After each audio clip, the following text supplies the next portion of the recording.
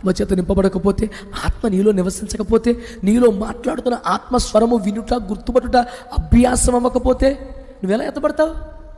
అసలు పరిశుద్ధాత్మ అంటే నచ్చదు నీకు? ఇలా డినామినేషనల్ పేర్లు చెప్తావు. పరిశుద్ధాత్ముడు నీలో నివసిస్తే స్వరం బయట నుంచి రాదు, లోపల నుంచి వచ్చుది కదా, నీతో మాట్లాడతాడు కదా. అందుకని హెబ్రీ 5:14 ఎవడయ్యా మెచ్యూరిటీ వచ్చిన వాడు, ఎదిగినోడు ఎవడయ్యా అంటే వయస్సు వచ్చిన వారు సాధకము చేయబడిన జ్ఞానేంద్రియాలు కలిగి ఉంటారన్నాడు.